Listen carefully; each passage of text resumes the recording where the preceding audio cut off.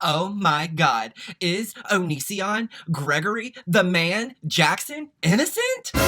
Or were some police reports finally released saying what we've known this entire time? Lately, I've noticed that the usual group of incels, Nikki D, Tommy C, those types of people, they've been making the rounds on the internets saying things along the lines of Onision is innocent. Innocent of what exactly? Unfortunately, these people seem to have the perspective or the understanding that simply because some reports were released from a year ago that state that no criminal activity was recognized as having taken place in the Pierce County jurisdiction, that Onision is a completely innocent human being. Like, he's pure, he's saintly, he's just innocent, right?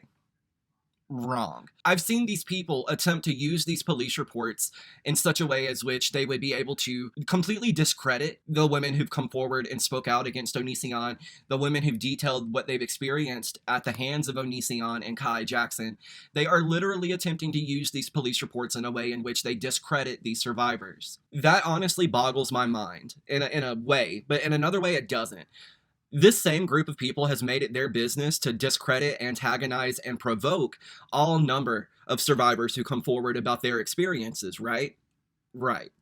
So it's not mind-boggling in the sense that I didn't expect it from them. I most certainly did. It's just mind-boggling in the sense that, do you really live in this world in which simply because no criminal activity took place, that must mean this person hasn't done anything wrong? Because we all know that's not how reality works. We all know that someone can mistreat someone can abuse someone can be horrible to someone without it becoming criminal activity. We all know that. I was also made aware of the fact that Nikki D in a live stream with Tommy C, which that whole arrangement and relationship is quite odd if you ask me.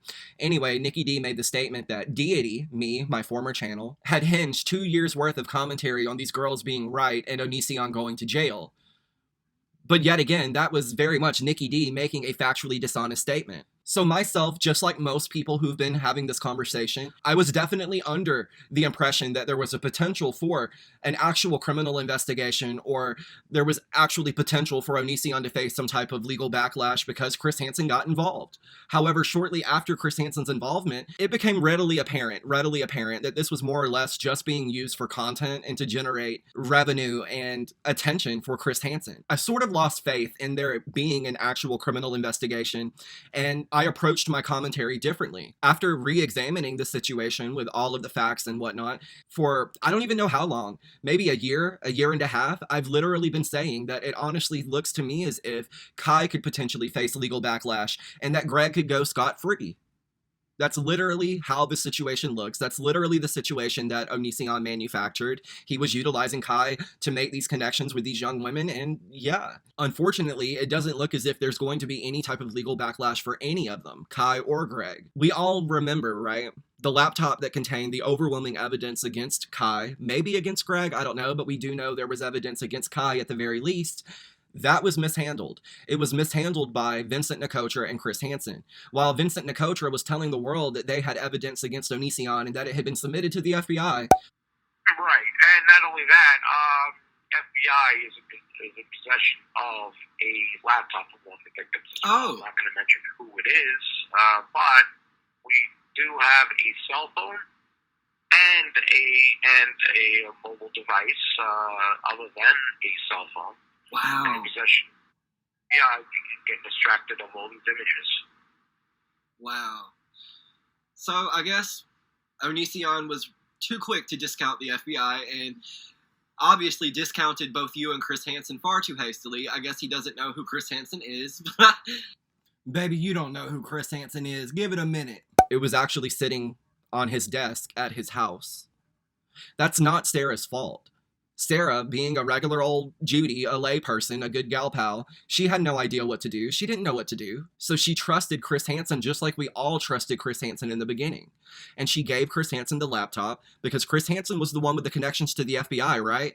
Wrong. Chris Hansen never had any connections with the FBI, and he never, ever was spearheading any case against Greg with the FBI, contrary to what, he was letting us believe in his weekly updates. So it seems to me as if Chris Hansen took that laptop from Sarah under false pretense, under the idea that he had contacts with the FBI, under the idea that he could potentially bring about justice for her, and like any other person would, she fell for that. And that's not her fault. It's his fault. He knew the whole time that this was nothing more than a bid to restart his dead career. This was nothing more than an opportunity for him to generate revenue and attention online that he was able to turn into the Onision in Real Life documentary. It was just a way for him to get back on TV, back on Investigation Discovery, and in a lot of ways, it was just a way for Edwin to get back on TV too. Or, well, on TV in the first place. This isn't the conversation we're having, but let me go ahead and state here and now, Edwin is the carbon copy of Chris Hansen. He has no integrity. He has no morals. He was only interested in this conversation from the point of view of profiting. That was it.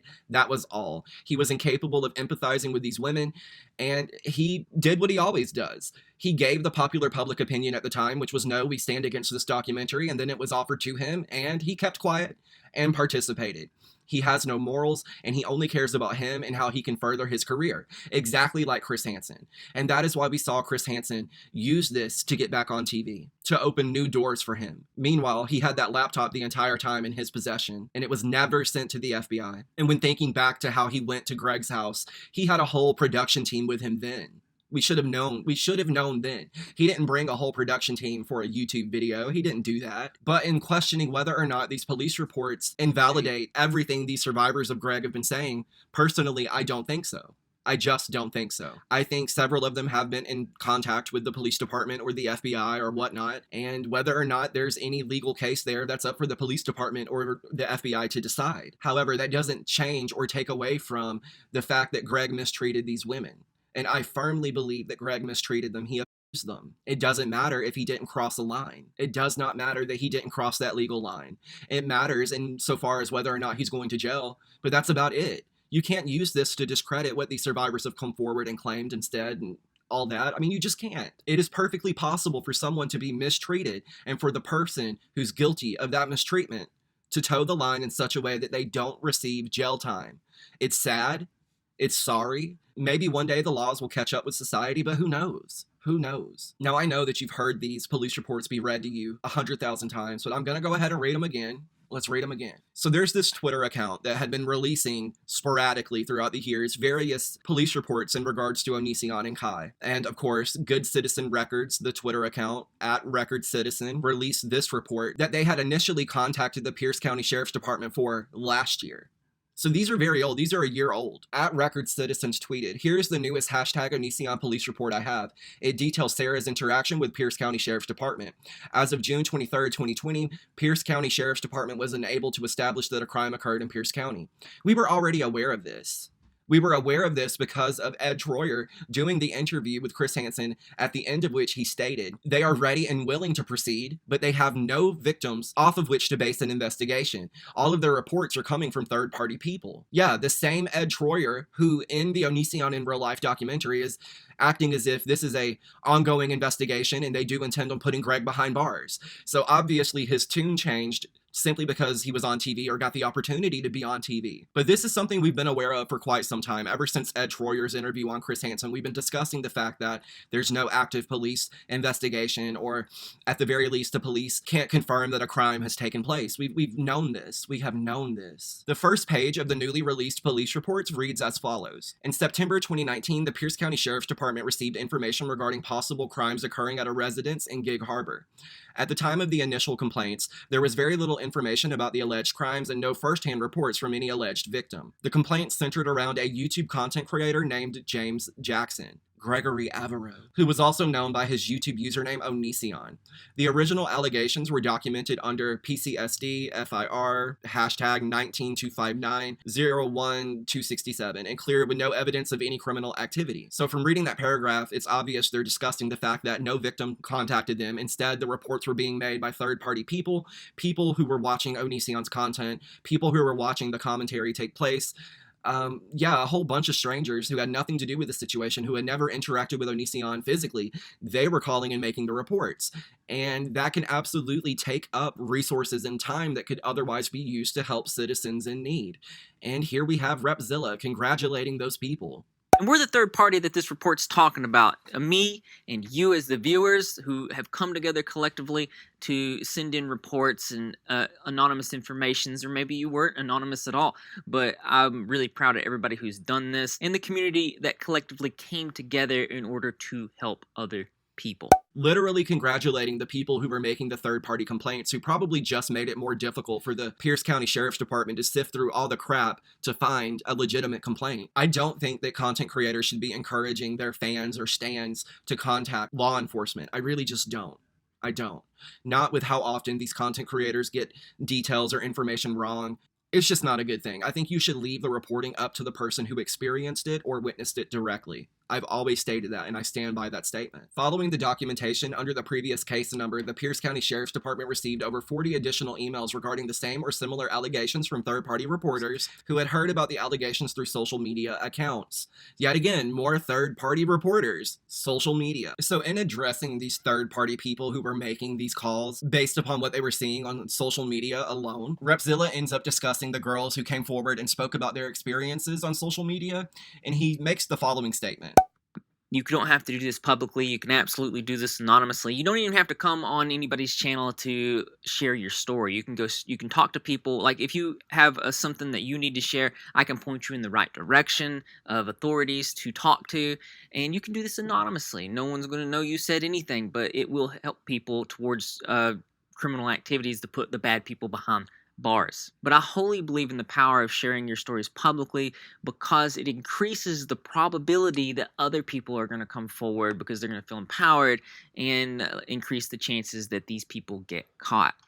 You just heard him, right? He says that he stands behind people coming forward and talking about their stories publicly because more people are going to be hearing the story, and it might empower some other people to come forward to talk about their experiences, and it could potentially help put people behind bars, and that social media content creators, they can point you in the right direction insofar as what authorities to contact. I mean, yeah, Rep, it worked wonderfully for this case, right? Like, ONISION is firmly behind bars where he belongs, right? Personally, I do believe that if someone who has experienced something feels comfortable in coming forward and discussing it in a rational and realistic manner, that is perfectly fine.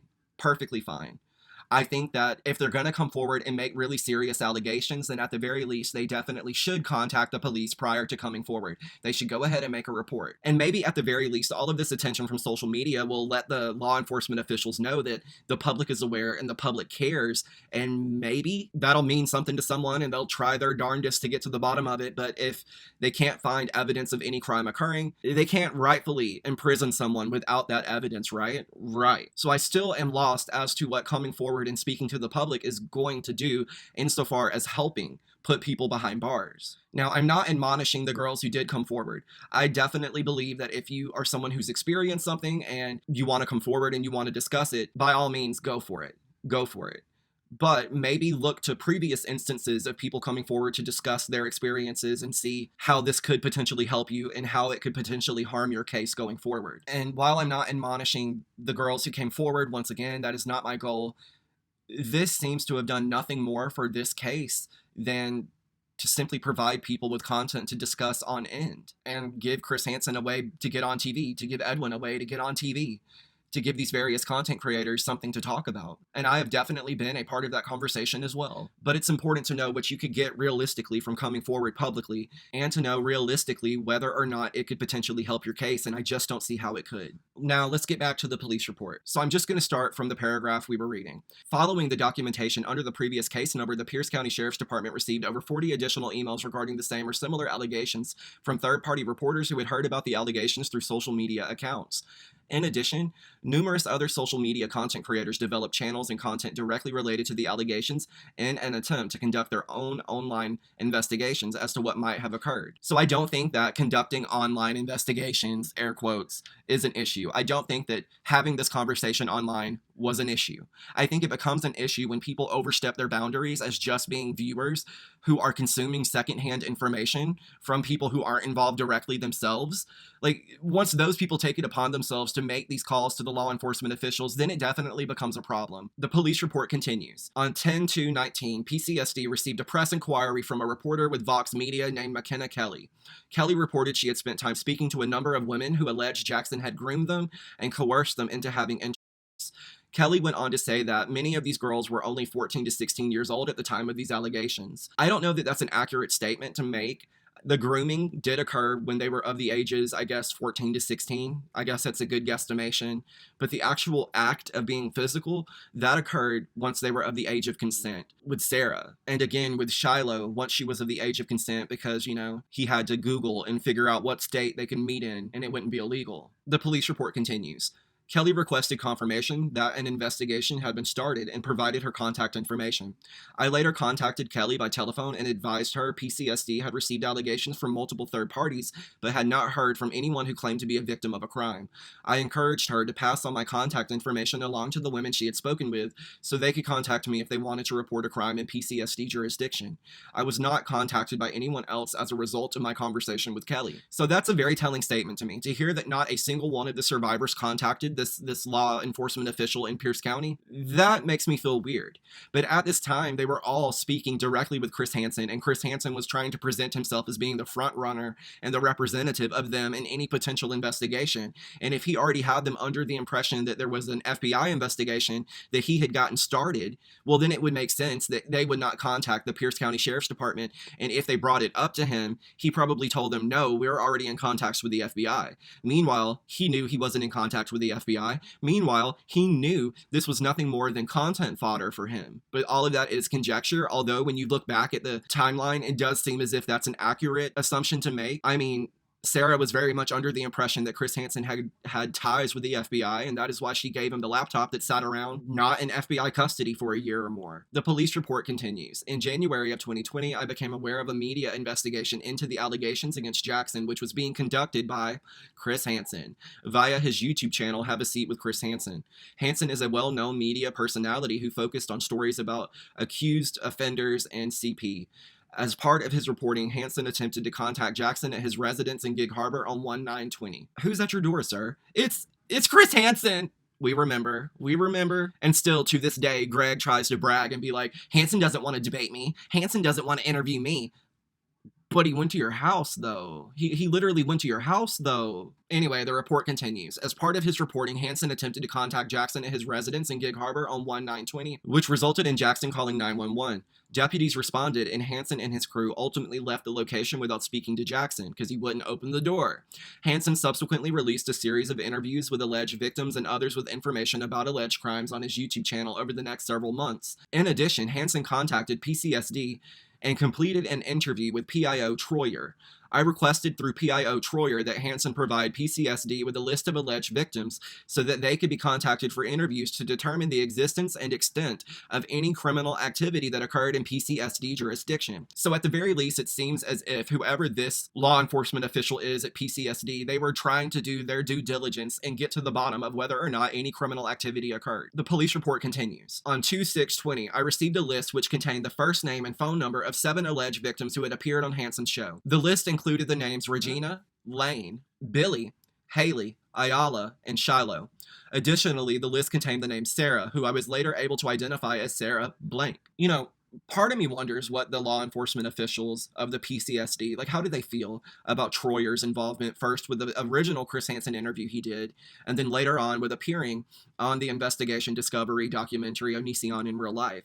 Because, well, they would know the truth of the matter and the fact that Troyer was being truthful in the beginning when he stated they couldn't identify that a crime had taken place because no victims had contacted them. And that differs wildly from what Ed Troyer states at the end of his appearance on the ONISION in Real Life documentary. Now, it's also worth noting before we continue, Regina made a tweet in which she seems to be alluding to, well, this being a very old report, a year old, and that things change, and potentially things could be going on behind the scenes that we're unaware of.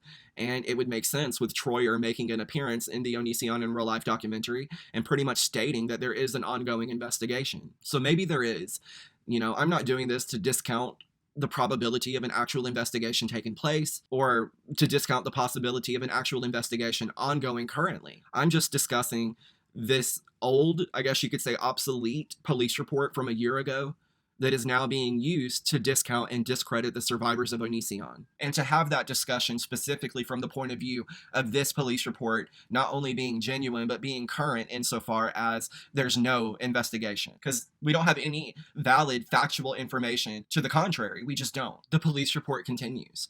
Following PIO Troyer's interview with Hansen, I learned the FBI had also received numerous emails regarding the same allegations from third parties. So when he made the statement following Troyer's interview, he learned that the FBI had also been contacted. Did he learn that from Troyer? Did he learn that because of Troyer's interview? Did Chris Hansen make the statement to Troyer that the FBI was involved?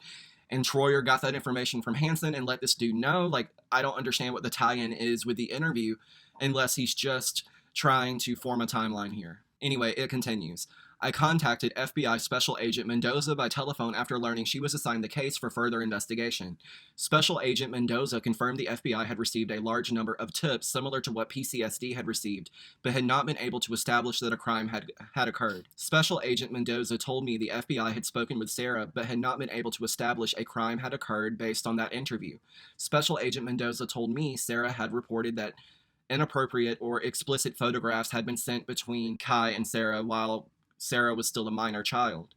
Special Agent Mendoza said a computer belonging to Sarah had been turned over to the FBI for examination for any evidence to support Sarah's claim, and then a decision would be made on how the FBI would proceed. Special Agent Mendoza also provided me with Sarah's contact information and full name from my investigation. Now, we can't forget that initially Sarah was under the impression that Chris Hansen was the man to go to, right? Like, he just had all these contacts at the FBI, and he had contacted his contacts and had an investigation started, and she needed to turn that laptop over to him, which she did. And subsequently, it sat in Vincent Nicotra's apartment for a year and a half.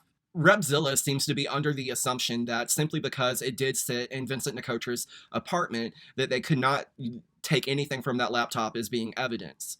And that is why they seem to state that no investigation is needed, right? Because they can't take any of that as being evidence of a crime having taken place because it was out of the proper chain of custody. But my way of thinking would be, regardless of whether or not it was out of Sarah's possession for a year and a half, if she finally turned it over to the FBI and they have visible proof, like evidence that these images were exchanged, that's still evidence, right? It's still evidence. But I don't know. I'm not a lawyer, not a legal analyst. I don't know. What I do know is it says so much about Chris Hansen that he was leading these girls and everyone to believe that he was in contact with the FBI, that this laptop and other things had been handed over to the FBI when in reality they were just sitting on Vince's desk. The police report continues. I attempted to contact each of the alleged survivors by telephone and left voicemails requesting they call me back if they wish to file a report. The only person who returned my phone call was Sarah. Now, Nikki D and Tommy C and the others are using this part of the article specifically to discredit their survivors by saying, well, if you had been contacted by the law enforcement official from the Pierce County Sheriff's Department, why didn't you contact them back? Why didn't you tell them your story of abuse, right? And I would have that same question as well. Unless, of course, this report was being written at the time at which they were very much under the impression that Chris Hansen was spearheading an FBI investigation. And yet again, I point to the tweets that Regina was making and just state, hopefully there's something going on behind the scenes, but we don't know that for a fact. The police report continues. On 3/9/20 at approximately 14:50 hours, I spoke with Sarah by telephone regarding this investigation. Sarah told me she did not want our conversation to be recorded. That was another point of contention Nikki D seemed to have with Sarah, specifically the fact that she requested for the conversation not to be recorded.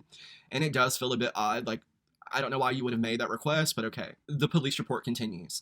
She did not want our conversation to be recorded, but agreed to talk to me about the allegations. Sarah told me she had initially learned about Jackson's YouTube channel when she was approximately 14 years old. She said she developed an online friendship with Jackson and his wife, Kai Jackson, who at the time identified as a female. Sarah said she communicated with Jackson and Kai via direct messaging on the Twitter application, although she admitted most of her communication was directly with Kai because they were able to relate better.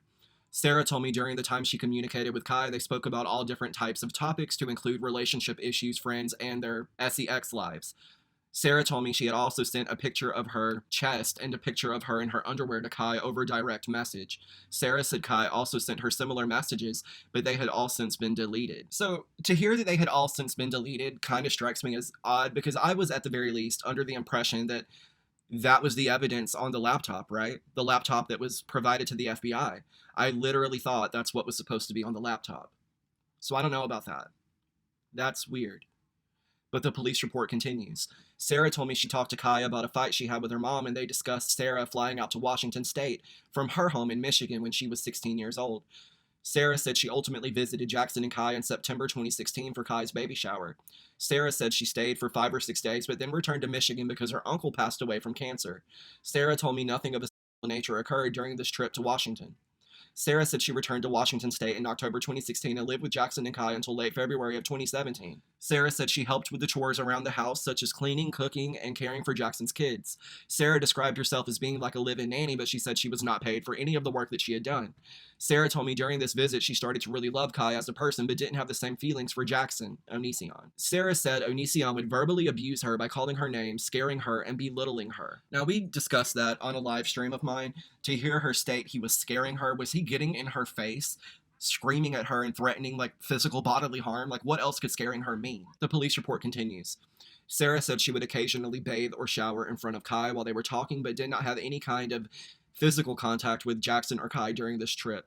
Sarah said she ultimately returned to Michigan due to, quote unquote, all of the drama in Jackson's household. Sarah said she visited the Jacksons again from August 2017 until November 2017. At this time, she lived in a mother-in-law suite on their property. Sarah said she continued to do housework, but also worked at a Target store in Puyallup. I can't even say that. Sorry about it.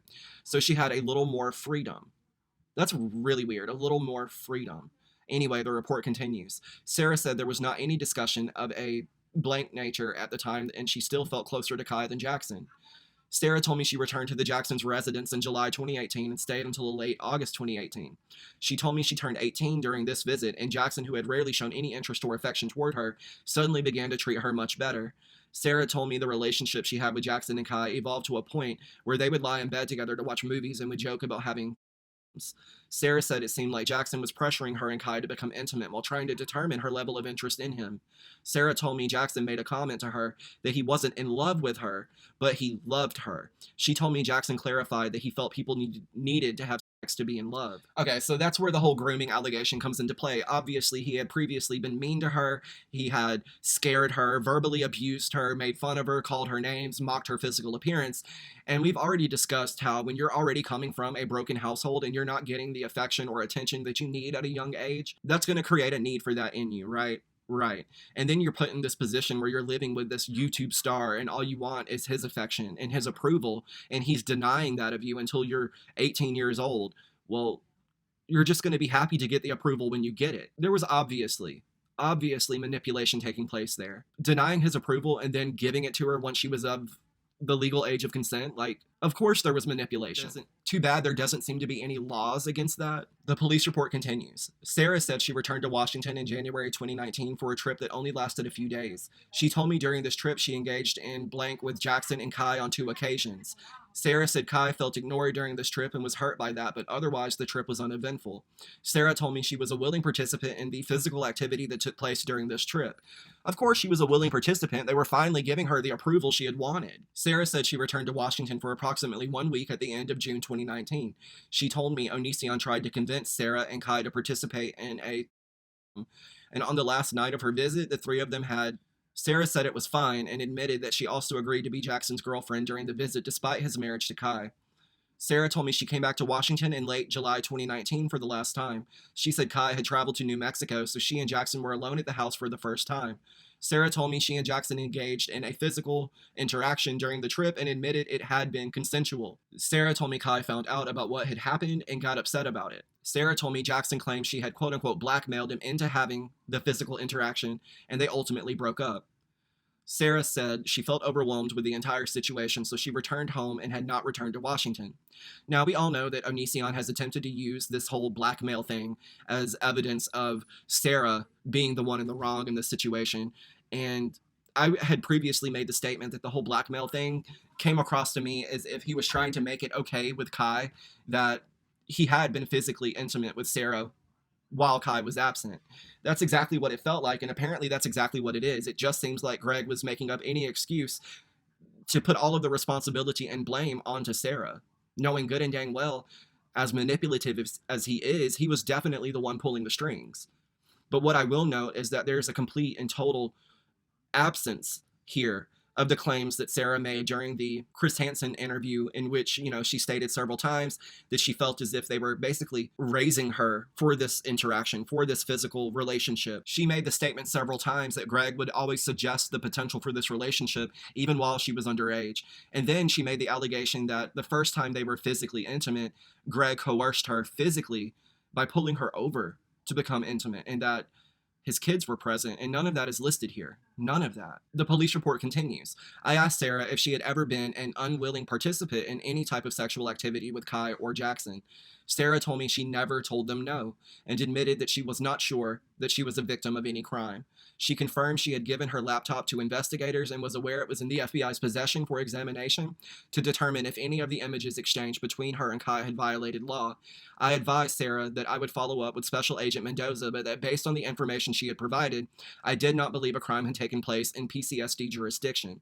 So that's very specific. They're stating they don't believe at that point in time that a crime had taken place in PCSD jurisdiction. Sarah evidently admitted to being unaware of whether or not she was the victim of any crime. So it seems to me that in making that assumption earlier, I was absolutely right. It's not up to her to know whether or not she was the victim of a crime. It's up to her to report this incident and for the police department or the FBI to come to the conclusion that a crime has taken place, right? Right.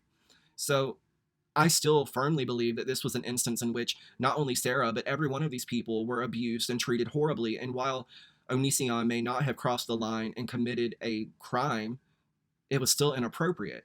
And so they did absolutely what they were supposed to do in making this police report so that the law enforcement officials could come to the conclusion of whether or not a crime had taken place. Whether or not they do, that is out of the control of these people. Why it seems to state that the rest of the people were unwilling to speak to the PCSD, I don't know. But yet again, Regina seems to indicate that since this old report was made, more people have spoken. The police report continues. On 6/22/20, I spoke with Special Agent Mendoza by telephone to follow up on their investigation. Special Agent Mendoza told me the examination had not yet been completed and advised she had no other information on any crimes that occurred in PCSD jurisdiction. She told me she would notify me if the examination provided any details about criminal activity that needed further investigation. So it seems to me that at the point at which he spoke to Special Agent Mendoza, they had not yet completed or began the investigation of the laptop, the examination of the laptop. But the police report continues. As of 6/23/20, I have not heard back from any of the other women who were alleged victims of Jackson. All of the women had been in contact with Chris Hansen at some point to do a media interview and have had an opportunity to file a police report if warranted. Sarah was a willing participant in physical activity after the age of consent, in fact, after turning 18 years old, and was not under the legal care or custody of Jackson or Kai at that time. Based on the information gathered during my investigation, I have not been able to establish that a crime occurred. This report is for informational purposes due to the high volume of third-party and social media interest. There is nothing further at this time. So I'm left to wonder, what did Special Agent Mendoza find upon completing the examination of the laptop? Because there was never an update to this report stating I was contacted by Special Agent Mendoza after the examination had been completed and no evidence was found. That's not included here. So right off the bat, the examination of the laptop had not occurred and had not been completed. And Regina seems to be hinting that things change, people talk, and perhaps these people have spoken to the Pierce County Sheriff's Department. Perhaps they have spoken to the FBI. I think that potentially things are going on behind the scenes that they may not be able to speak on, because typically when there is an active investigation, you're not able to discuss it until it is concluded. But of course, we have no factual way of proving that at this time. But as it stands, I in no way, shape, or form believe that the release of this year-old police report invalidates or discredits what these survivors have stated. Even if they ultimately rule that ONISION committed no crime, so what? He still abused these women. He still treated them horribly. He treated them in ways you wouldn't treat an animal. We have known for the longest time that ONISION may get off scot-free. He may have towed the legal line just well enough that he never crossed that line. But that doesn't eradicate the fact that he mistreated these women. He's not suddenly absolved of that. Even if he faces no legal backlash whatsoever and no crime took place, he is still guilty of mistreating these women. And insofar as me having believed in the very beginning that there was an active investigation, of course I did. We all did. I want you to know, this is what your Goonie said. This is what your gal pal said. This is what your fucking Goon Squad member said. Are you going to hold him accountable? Please support this video by giving it a thumbs up, and be sure to check out the description down below where you'll find a link to Chris Hansen's interview with Regina, as well as a link to a petition. This motherfucker Twitter was pushing a petition to have Onision's Patreon removed. And it worked. Oh my God, where is the acknowledgement of the fact that he had Greg's Patreon taken from him? What are your thoughts on that? That'll hopefully get YouTube and Patreon's attention in regards to Onision and Kai. So Blair and Jacqueline, are they the only ones that helped support Chris Hansen's platform? Now, in questioning the victims and if they've gone to the police and blah, blah, blah, blah, blah, I want you to know that this is what your homeboy had to say. This is what he had to say.